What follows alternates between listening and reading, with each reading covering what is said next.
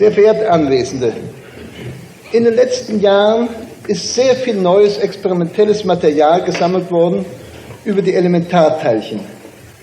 Neben den altbekannten Bausteinen der Materie, Elektronen, Protonen und Neutronen, die schon seit einem Viertel oder einem halben Jahrhundert bekannt sind, kennt man heute eine ganze Reihe ähnlicher Gebilde. Wir können sagen, etwa 25 neue verschiedene Sorten von Elementarteilchen, die in vielen Eigenschaften den Elementarbausteinen der Materie ähnlich sehen, die aber im Allgemeinen nur ganz kurze Zeit existenzfähig sind und die häufig schon nach, sagen wir, einer 100-Millionstel Sekunde radioaktiv zerfallen. Durch diese Fülle des experimentellen Materials über Elementarteilchen ist für den theoretischen Physiker die Aufgabe gestellt, die Naturgesetze zu untersuchen und schließlich mathematisch zu formulieren, die den Bau, also die Existenz und die Eigenschaften der Elementarteilchen bestimmen. Ich möchte nun in meinem heutigen Vortrag zunächst eine kritische Analyse der Entwicklung geben, die sich etwa in den letzten 2,5 Jahrzehnten auf diesem Gebiet abgespielt hat, und möchte dann im zweiten Teil des Vortrags auf einen Versuch eingehen, der in den letzten Jahren in unserem Göttinger Institut unternommen worden ist, um Klarheit in diese Phänomene um die Elementarteilchen zu bringen. Ich möchte da gleich vorwegnehmen, dass es sich einstweilen bei diesem sehr komplizierten Gebiet noch nicht darum handeln kann, endgültige Lösungen aufzuzeigen, sondern dass man bestenfalls die Stelle angeben kann, an der man nach solchen Lösungen suchen soll. Und das soll also die Aufgabe dieses zweiten Teils sein. Aber zunächst zur historischen Entwicklung. Schon sehr früh, nämlich etwa um die Zeit, als die Quantenmechanik abgeschlossen war, gegen Ende der 20er Jahre, war man sich klar darüber, dass man zu einem Verständnis der Elementarteilchen nur kommen könnte, wenn man die Quantentheorie verbinden würde mit der Theorie der Wellengleichungen, also wenn man sogenannte Feldgleichungen quantisieren kann. Dass das so ist, folgte eigentlich schon aus Arbeiten von Einstein aus der Frühzeit der Quantentheorie, aus denen hervorging, dass die Anwendung der Quantentheorie etwa auf das Maxwell'sche Feld der elektromagnetischen Wellen zur Existenz der Lichtquanten führt. Also man sah aus diesem einen Beispiel, dass die Anwendung von Quantenbedingungen auf eine Feldtheorie die Existenz der zugehörigen Teilchen erklärt. Also schien der Weg vorgezeichnet, man musste die Quantentheorie anwenden auf Wellengleichungen, und zwar auf die verschiedenen Wellengleichungen, die man damals kannte, und konnte hoffen, in dieser Weise allmählich zu einem Verständnis der Elementarteilchen vorzudringen. Am Anfang ist dieser Weg auch ohne große Schwierigkeiten scheinbar begangen worden. Also in den ersten Arbeiten, ich erwähne etwa die Arbeiten zunächst von Jordan, Klein und Wigner, dann von Pauli und Jordan, dann von Dirac. In diesen Arbeiten schien die Anwendung der Quantentheorie auf Feldgleichungen ein eindeutiger mathematischer Prozess, der zunächst auch zu vernünftigen Resultaten zu führen schien. Dann aber stellten sich schon sehr schnell, also Anfang der 30er Jahre, große Schwierigkeiten heraus. Weisskopf konnte nachweisen, dass bei einer konsequenten Anwendung dieser Quantisierungsvorschrift auf die Wellen unendliche Selbstenergien, also unendliche Massen des Elektrons herauskommen. In anderen Worten, die Mathematik divergiert dort und gibt daher eigentlich überhaupt keine sinnvollen Resultate. Trotz dieser sehr großen Schwierigkeit wurden eine ganze Menge physikalisch vernünftige Resultate durch diese Theorien gewonnen, wenn man nämlich die Theorie als Störungstheorie ausbildete und dann hinreichend früh mit der Entwicklung aufhörte, also die Rechnung sozusagen bewusst ungenau machte, dann ergaben sich physikalisch vernünftige Resultate. Ich erinnere an die Diracsche Theorie der Strahlung, Theorie der Resonanzlinien, Dispersion und so weiter. Also es wurden besonders mit der Anwendung der Quantentheorie auf die Elektrodynamik eine Menge guter Ergebnisse erzielt, die sich an der Erfahrung bewährt haben. Und gleichzeitig war es doch klar, dass eine konsequente Anwendung dieser Mathematik zu Unsinn, nämlich zu unendlich großen, also zu divergierenden Gleichungen führen würde. Und am Anfang nahm man natürlich an, dass diese Divergenzen, diese mathematischen Unendlichkeiten irgendwie durch die Ungeschicklichkeit der Rechnung bedingt seien. Man hoffte also zum Beispiel durch eine bessere Störungstheorie oder durch völliges Abgehen von der Störungstheorie doch zu konvergenten, also vernünftigen Resultaten zu kommen.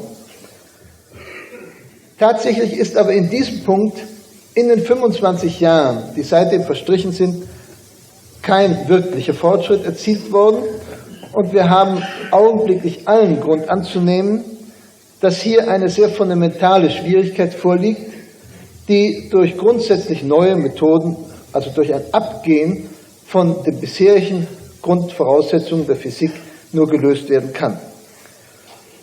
Dass es sich hier um eine grundsätzliche Schwierigkeit handelt, das kann man vielleicht jetzt in folgender Weise erklären. Man kann sagen, es entsteht hier ein Konflikt zwischen der Quantenmechanik, als deren Charakteristikum man etwa die Unbestimmtheitsrelation ansehen kann, und der Raum-Zeit-Struktur der speziellen Relativitätstheorie, über die wir gestern in dem Vortrag von Herrn von Laue gehört haben. Und zwar handelt es sich um folgenden Konflikt. Die Unbestimmtheitsrelationen der Quantenmechanik sagen aus, dass dann, wenn man den Ort irgendeines Teilchens oder eines Systems sehr genau festlegen will, man eine große Ungenauigkeit in der Impulsbestimmung in Kauf nehmen muss. Oder wenn man den Zeitpunkt genau festlegen will, man eine sehr große Unbestimmtheit in der Energie in Kauf nehmen muss. Und umgekehrt. In der Raumzeitstruktur der Relativitätstheorie aber steckt als wesentlichstes Postulat die Erkenntnis, dass sich alle Wirkungen nur mit Lichtgeschwindigkeit fortpflanzen. Dass also sozusagen eine scharfe Grenze besteht zwischen denjenigen Ereignissen, auf die man etwa in Zukunft gesehen noch Einfluss nehmen kann, oder jenen Ereignissen, auf die man sicher nicht mehr Einfluss nehmen kann, weil eben eine Lichtwelle gar nicht mehr den betreffenden Ereignispunkt erreichen kann. Oder umgekehrt in der Vergangenheit, von gewissen Ereignissen können wir grundsätzlich etwas erfahren, weil eine Lichtwelle uns von diesem Punkt aus noch erreichen könnte. Von anderen können wir ganz sicher nichts erfahren, weil eine Lichtwelle uns gar nicht mehr erreichen könnte. Also die Grenze, sagen wir in dieser Weise, zwischen Zukunft und Gegenwart oder zwischen Vergangenheit und Gegenwart, ist in der Relativitätstheorie absolut scharf. Und das drückte sich ja auch schon vor 50 Jahren bei der Entwicklung der Relativitätstheorie so aus, dass man sagte, wir können in der Relativitätstheorie keine Fernwirkungskräfte annehmen, wir können nur sogenannte Nahwirkungen zulassen, also eine Wirkung von einem Punkt zum Nachbarpunkt, sodass sich derartige Wirkungen eben mit Lichtgeschwindigkeit fortpflanzen. Nun, eine solche absolut scharfe Grenze zwischen etwa Gegenwart und Zukunft oder Gegenwart und Vergangenheit bedingt nach den Unbestimmtheitsrelationen der Quantentheorie eben eine unendliche Verwaschenheit des Impulses oder der Energie und führt also damit zu unendlichen Impulsen und Energien. Also damit ist ganz zweifellos die Wurzel für alle diese Schwierigkeiten richtig bezeichnet. Natürlich genügt ein so einfaches Argument nicht, um zu beweisen, dass man diese Dinge nicht wirklich in Ordnung bringen kann. Aber die vergeblichen Versuche der letzten 25 Jahre haben es sehr wahrscheinlich gemacht, dass man nicht sozusagen durch einen mathematischen Kunstgriff hier den Widerspruch beseitigen kann. Nun, also zunächst ist diese Schwierigkeit einfach sozusagen so stehen geblieben und man hat mit den Näherungsmethoden der Störungstheorie doch manche gute Resultate aus dieser Quantenfeldtheorie ableiten können. Ich will von der folgenden Entwicklung nur ein paar wichtige Schritte schildern. Zum Beispiel hat man diese Quantentheorie der Wellen auf den Beta-Zerfall angewendet. Das war die thermische Theorie des Beta-Zerfalls und hat damit die Energieverteilung, Beziehung zwischen Energie und Lebensdauern bei Beta-Zerfall gut erklären können. Aus dieser Theorie des Beta-Zerfalls hat sich dann eine für die Folgezeit auch sehr wichtige Unterscheidung zwischen zwei verschiedenen Typen von Wechselwirkung ergeben. Und da ich auf diesen Punkt später nochmal zu sprechen kommen will, möchte ich diese beiden Arten der Wechselwirkung hier kurz charakterisieren. Zunächst einfach einen Namen einführen. Ich will die eine Wechselwirkung der ersten Art, die andere Wechselwirkung der zweiten Art nennen. Die Wechselwirkung der ersten Art ist dadurch charakterisiert, dass dann, wenn mehrere Elementarteilchen, also sagen wir zwei Elementarteilchen, zusammenwirken, zusammenstoßen, dass dann die Wechselwirkung entweder mit wachsender Energie dieser Teilchen abnimmt oder konstant bleibt, also jedenfalls nicht zunimmt. Das bedeutet auch gleichzeitig, dass die Wechselwirkung mit der Wellenlänge dieser Teilchen so variiert, dass sie bei abnehmender Wellenlänge der zugehörigen Wellen dann eben entweder konstant bleibt oder auch abnimmt. Die Wechselwirkung der zweiten Art hat die umgekehrte Eigenschaft, das heißt, wenn die Energie der wechselwirkenden Teilchen zunimmt, so nimmt die Wechselwirkung auch zu. Und das hat zunächst physikalisch folgende wichtige Konsequenz. Nehmen Sie an, dass bei kleinen Energien diese Wechselwirkung klein sei. Dann bedeutet das in dem mathematischen Formalismus der Quantentheorie zum Beispiel, dass beim Zusammenstoß oder bei der Ablenkung von Teilchen immer nur ein neues Teilchen, zum Beispiel ein neues Lichtquant, erzeugt werden kann. Da in einer Störungstheorie eben ein Teilchen in der ersten Näherung auftritt, zwei würden in der zweiten, drei in der dritten Näherung auftreten. Also da die Näherungen aber nun gut konvergieren, wird also fast immer nur ein Teilchen ausgesandt. Und das würde auch bei beliebig hohen Energien der zusammenstoßenden Teilchen so bleiben, weil ja bei den Wechselwirkungen der ersten Art eben die Wechselwirkung nicht zunimmt mit wachsender Energie. Es würden also dann immer nur einzelne Teilchen bei der Ausstrahlung erzeugt werden können.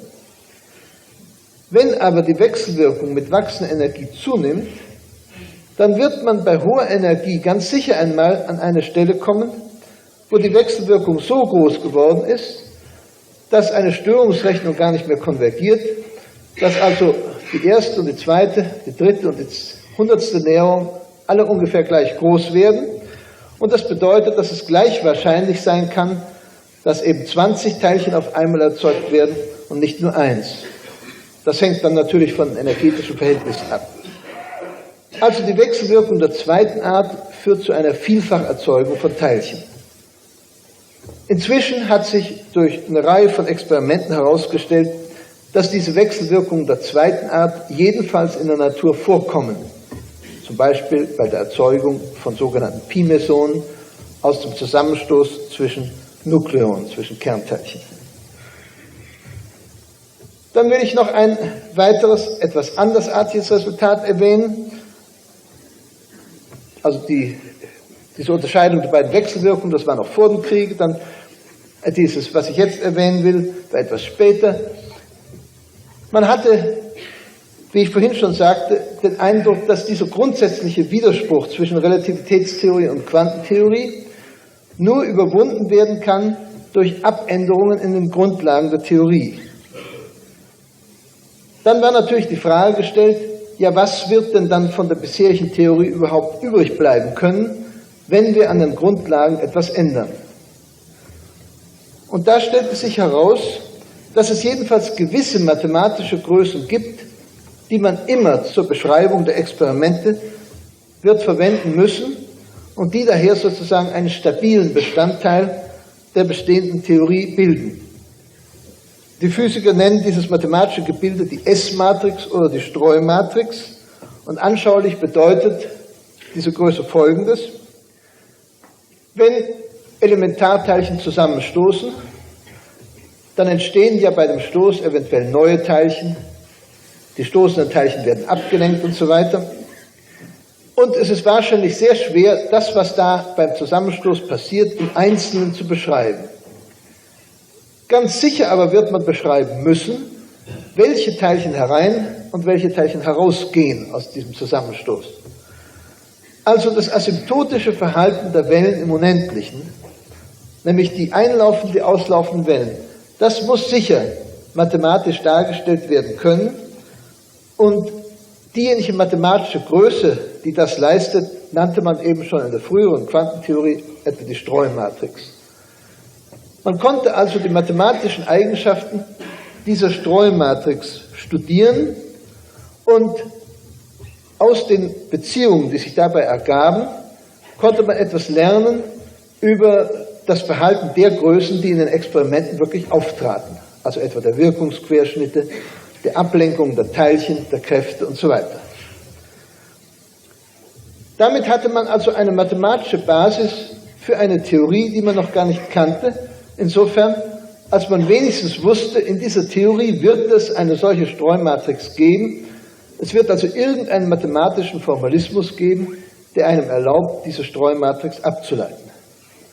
Und umgekehrt der Experimentalphysiker, der den Zusammenstoß von Elementarteilchen studiert, der wird letzten Endes seine Experimente so analysieren können, dass er als Resultat eben die sogenannten Matrixelemente dieser Streumatrix aufschreibt.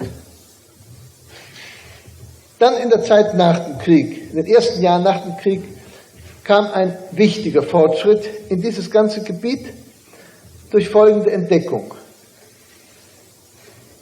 Schon vor dem Krieg war wohl zum ersten Mal von Kramers der Gedanke ausgesprochen worden, dass die Masse und die Ladung etwa der Elektronen in der Quantenelektrodynamik durch die Wechselwirkung zwischen dem Materiefeld und dem Strahlungsfeld beeinflusst wird.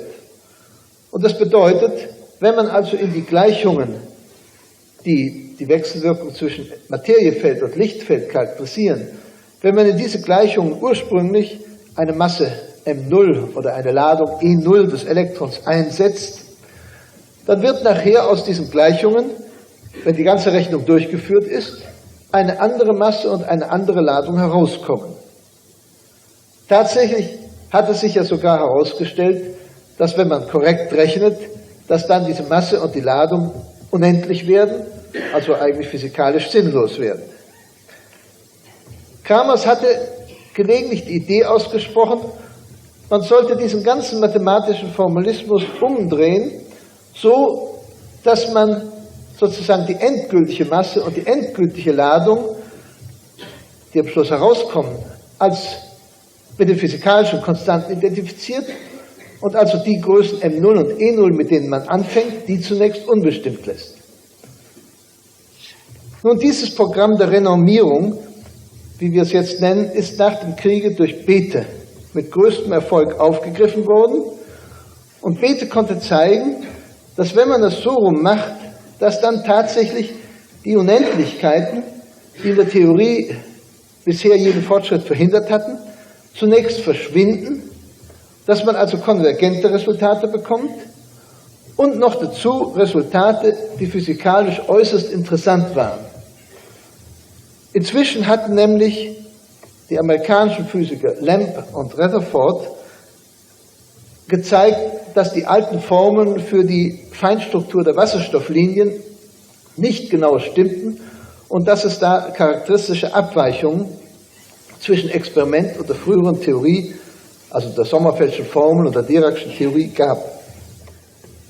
Gerade diese Abweichungen konnten nun durch diese Renommierung von Bethe aufs Genaueste erklärt werden. Also mit einer ganz erstaunlichen Genauigkeit auf eine Reihe von Dezimalen konnten nun die Feinstruktur der Spektrallinien berechnet und in Übereinstimmung mit dem Experiment gefunden werden. Das war ein sehr großer Erfolg, denn er zeigte, dass diese Quantenelektrodynamik tatsächlich viel besser war, als man ursprünglich geglaubt hatte oder hätte hoffen können.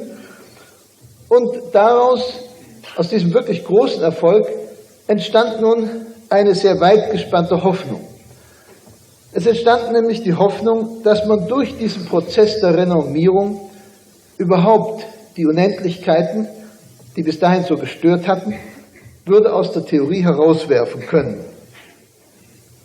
Es war also etwa die Idee ausgesprochen, man wird eben zwischen zwei Sorten von Theorien unterscheiden können, solchen, bei denen dieser Prozess der Renommierung zu endlichen Resultaten führt, und solche, bei denen das nicht der Fall ist. Die letzteren aber kommen von vornherein für die Elementarteilchen nicht in Betracht. Nun, es stellte sich dann heraus, dass die Unterscheidung zwischen diesen beiden Arten von Theorie wieder genau zusammenfiel mit der Unterscheidung der beiden Arten von Wechselwirkung, also was ich vorhin Wechselwirkung erster und zweiter Art genannt habe. Theorien mit einer Wechselwirkung erster Art können durch Renommierung in konvergierende Theorien verwandelt werden. Theorien der zweiten Art mit Wechselwirkung der zweiten Art können es nicht.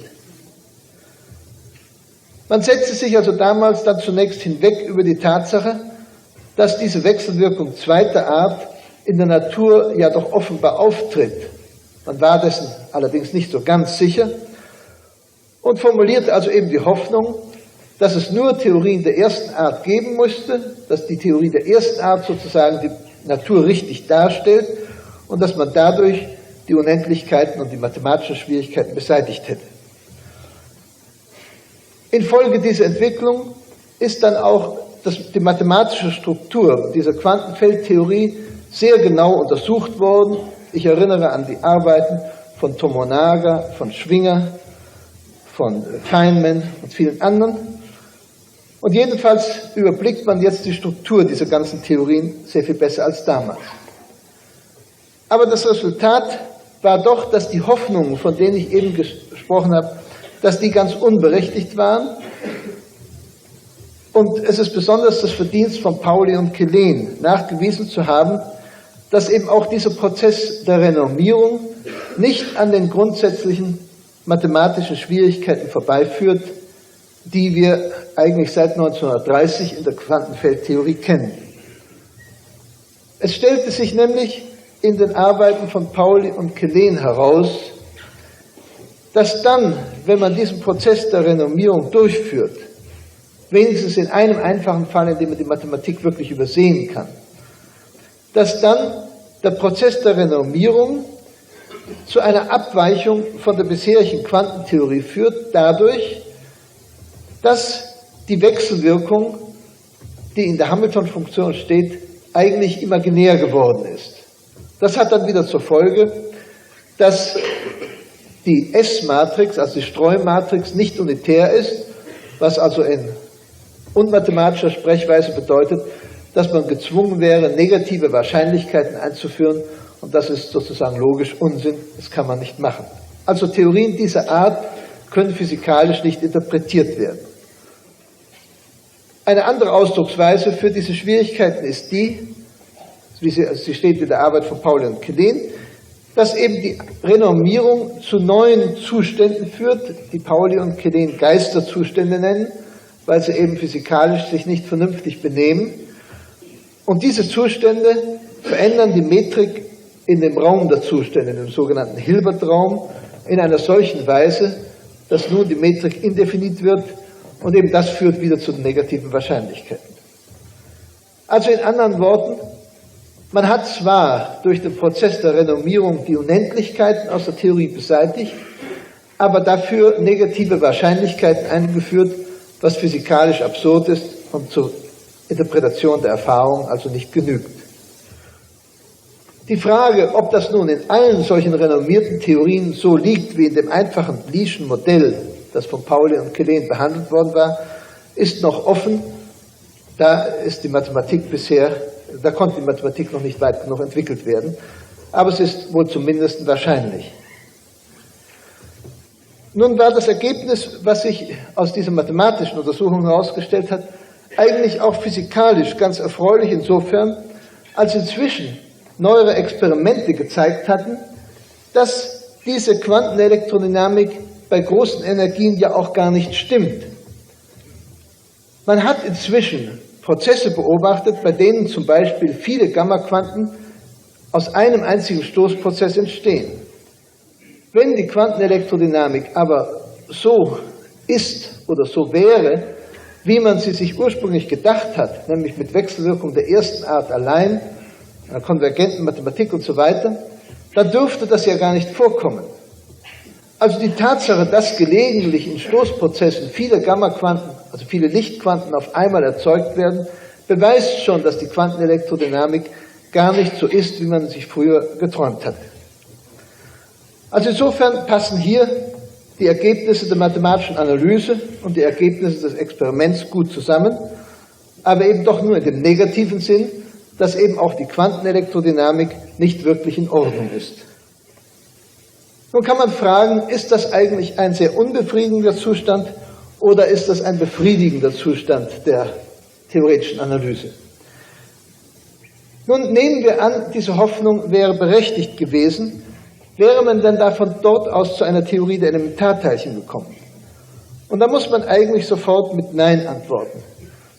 Denn dann hätte man ja etwas so sagen müssen: Um eines Tages die Massen der Elementarteilchen zu verstehen, wird man also etwa eine, wie der Physiker sagt, eine große Hamilton-Funktion, also einen großen Ausdruck für Wechselwirkungen, hinschreiben, indem man für jede Elementarteilchensorte eine Wellenfunktion einführt, und dann hat man irgendwelche komplizierten Wechselwirkungen, und dann wird man nachweisen, dass nur für ganz bestimmte Massen dieser Elementarteilchen und für bestimmte Größen dieser Wechselwirkungen die Theorie eben renommierbar ist, und dadurch kommen dann die ganzen Massen der Elementarteilchen zustande. So werden sie erklärt. Nun kann man ja sofort sehen, dass man so etwas nur auf dem Umweg über eine ganz monströse Mathematik erreichen könnte, denn wir kennen schon 25 verschiedene Sorten von Elementarteilchen, und wie eine Mathematik aussähe, in die man 25 verschiedene Wellenfunktionen einführt, das kann sich jeder ausmalen, der mal mit solcher Mathematik zu tun gehabt hat. Also das ist offenbar ein aussichtsloses Beginnen. Und ich möchte daher, ja, vielleicht soll ich vorher noch Folgendes sagen: Man ist daher in den letzten Jahren auch mehr und mehr dazu übergegangen, gerade nachdem diese Schwierigkeiten in der Renommierung aufgetaucht waren, sich im Grunde nur noch eben für die Streumatrix zu interessieren. Also für das, was der Experimentalphysiker ja auch unmittelbar liefert. Und man hat eine Reihe von interessanten mathematischen Relationen für diese Streumatrix gefunden, zum Teil in Zusammenhang mit der Forderung der Kausalität, so wie es in der Relativitätstheorie auftritt, zum Teil im Zusammenhang mit gewissen Dispersionsrelationen, aber ich will auf diese Einzelheiten hier nicht eingehen. Ich möchte nur kritisch eben zu dieser ganzen Art von physikalischer Behandlung sagen, dass sie ungefähr so aussieht, wie wenn im Jahre 1900 folgende Situation gewesen wäre. Nehmen wir einmal an, im Jahr 1900 hätte man zwar die Grundzüge der Quantenmechanik gekannt, man hätte aber nichts vom Bohrschen Atommodell gewusst und hätte nichts von den Coulombschen Kräften zwischen Elektronen und Protonen und Kernen gewusst. Dann hätte man wahrscheinlich so ähnlich gehandelt wie jetzt.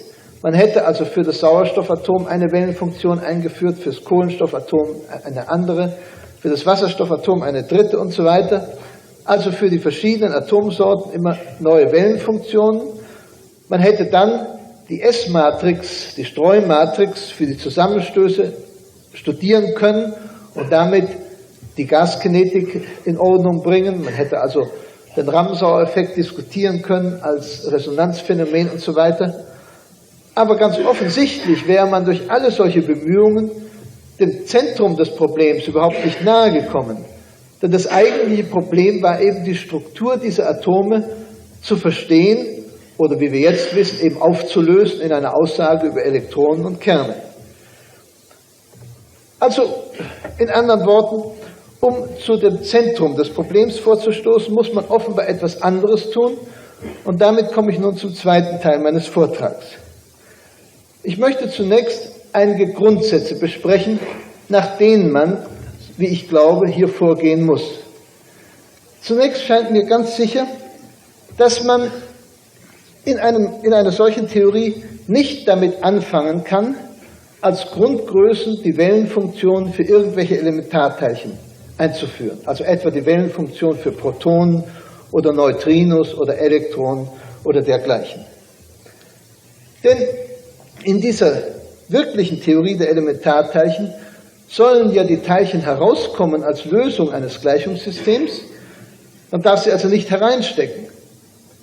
In anderen Worten, wenn überhaupt eine Wellenfunktion in dieser Theorie angeschrieben werden kann, was natürlich die Frage ist, aber wenn das so ist, dann kann das nur eine Wellenfunktion für die Materie sein, wobei völlig unentschieden ist, ob diese Materie sich nachher als Proton, als Meson, als Elektron und so weiter manifestiert. Es muss sich also um eine Wellenfunktion und eine Wellengleichung einfach für die Materie handeln und nicht für eine bestimmte Sorte von Elementarteilchen. Zweitens, die Masse der Elementarteilchen muss eine Folge der Wechselwirkung sein. Jedenfalls muss sie aufs engste mit der Wechselwirkung verknüpft sein. Es hat also sicher keinen Sinn, eine Gleichung anzuschreiben von linearem Charakter, die gar keine Wechselwirkung ausdrückt. Denn die Masse ist ja eine Folge der Wechselwirkung. Also wird es am richtigsten sein, eine Gleichung hinzuschreiben, in der es nur Wechselwirkung gibt und bei der man dann hoffen kann, dass die Masse eben als Folge der Wechselwirkung entsteht. Also man wird eine nichtlineare Wellengleichung für die Materie anschreiben müssen, die möglichst einfach aussieht.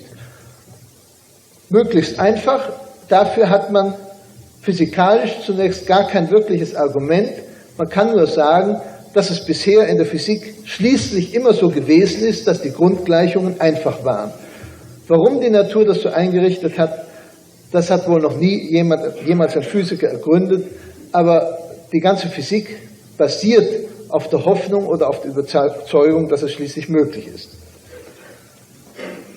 Um nun zu einer Lösung dieser Art zu kommen, haben wir in Göttingen eine bestimmte Gleichung untersucht, die zwar sicher noch einfacher ist als jene Gleichung, die zum wirklichen System der Elementarteilchen führt, die aber doch schon viele Züge der wirklichen Theorie der Elementarteilchen enthalten soll. Das ist die Hoffnung dabei. Nun, die Wellenfunktion der Materie, die da eingesetzt ist, die ist von dem sogenannten Spinor-Typ. Das heißt, sie gehört zu halbzahligem Spin, halbzahligem Drehimpuls. Und das ist notwendig, weil es in der Natur Teilchen mit halbzahligem und ganzzahligem Drehimpuls gibt. Wenn man beide Teilchensorten aus einer Gleichung erklären will, muss man also mit einem halbzahligen Drehimpuls anfangen. Also muss es eine Gleichung für eine Spinor-Wellenfunktion sein. Und etwa die einfachste Gleichung dieser Art habe ich hier auf die Tafel geschrieben. Darf ich um Licht auf die Tafel bitten? Also die Gleichung ist von dem bekannten Dirac'schen Typ. Zunächst Gamma νmal die Psi nach dx ν, das wäre sozusagen die Dirac'sche Gleichung. Und dann kommt ein einfaches nichtlineares Glied. Nun, diese Gleichung, so wie sie dasteht, wäre zunächst eine, sagen wir, klassische Wellengleichung. Und sie wird zu einer quantentheoretischen nur durch den Prozess der Quantisierung. Also durch das Einführen von Vertauschungsrelationen. Nun, an dieser Stelle fangen schon die eigentlichen Schwierigkeiten an. Denn ich sagte vorhin ja schon, wenn wir nach den normalen Spielregeln quantisieren, dann ergeben sich die Unendlichkeiten oder eben die Geisterzustände oder sonstige mathematische Widersprüche. Also man muss offenbar, wenn man einer solchen Gleichung überhaupt einen quantentheoretischen Sinn geben will, die Vertauschungsrelation abändern und etwas tun, was man in der gewöhnlichen Quantentheorie nicht tut. Nun, da haben wir uns von folgendem Gesichtspunkt leiten lassen. Diese Vertauschungsrelation ist zunächst in der Zeile drunter angeschrieben. Es ist vielleicht nicht für alle zu lesen, aber ich kann in Worten sagen, was da das Wesentliche ist. Diese Vertauschungsrelation, also Vertauschung zwischen den Wellenfunktionen an zwei Punkten, x und x', muss, wenn die Kausalitätsforderung der speziellen Relativitätstheorie erfüllt werden soll, die Eigenschaft haben, dass sie verschwindet für raumartige Abstände zwischen den beiden Punkten x und x'. Denn da dürfen ja keine Wirkungen fortgepflanzt werden. Sie soll von Null verschieden sein für zeitartige Abstände. Und nun kommt die Frage, was soll auf dem Lichtkegel selbst sein? Und da kommen wir nun sofort in die Schwierigkeit hinein. Wenn wir normale Quantenmechanik treiben, also immer nur die Übergänge betrachten, etwa vom Vakuum zur Entstehung eines Teilchens und wieder zurück, dann kann man nachweisen, dass auf dem Lichtkegel diese Vertauschungsfunktion unendlich wird, in einer solchen Weise, dass das Integral darüber endlich wird. Also es ergibt sich, wie die Physiker sagen, eine Diracsche Delta-Funktion auf dem Lichtkegel. Nun, bei einer solchen nichtlinearen Theorie führt diese Konsequenz der Quantentheorie schon zu den Widersprüchen und zu den Schwierigkeiten. Zwar aus folgendem Grund. Diese Vertauschungsfunktion, deren allgemeinen Charakter ich ja gerade geschildert habe, sollte eigentlich, aus Gründen, die ich jetzt hier nicht ausführen kann, sich ähnlich verhalten wie eine Lösung der Wellengleichung, der klassischen Wellengleichung, die von einem singulären Punkt ausgeht. Denn wenn ich an irgendeinem Punkt mit einer Singularität anfange, dann ist es ja auch nach der klassischen Wellengleichung und nach der Relativitätstheorie so, dass eben nur in dem Zukunfts- und dem Vergangenheitskegel Wirkungen entstehen, während für raumartige Abstände die Wellenfunktion Null ist. Also die Vertauschungsfunktion sollte aus Gründen, die ich hier nicht näher anführen kann, eigentlich sich ähnlich verhalten, also korrespondenzmäßig entsprechen dieser Fortpflanzungsfunktion. Also wir drücken das oft mit den einfachen Worten aus, der Kommutator sollte gleich dem Propagator sein. Propagator heißt diese Fortpflanzungsfunktion der klassischen Wellengleichung und Kommutator heißt die Vertauschungsfunktion. Nun, wenn man bei einer nichtlinearen Gleichung fordert, dass diese beiden übereinstimmen sollen, und ich glaube, dass man diese Forderung machen soll, dann ist es unmöglich, dies durch die Vertauschungsrelation mit den Vertauschungsrelationen der gewöhnlichen Quantenmechanik in Einklang zu bringen. Dann dürfen nämlich auf dem Lichtkegel die Dirac'schen Delta-Funktionen nicht auftreten. Und dann kann man das gar nicht anders machen, als dass man neben den physikalisch existierenden Zuständen noch unphysikalische, also gewissermaßen Geisterzustände einführt, die dafür sorgen, dass diese Delta-Funktionen auf dem Lichtkegel eben nicht auftreten.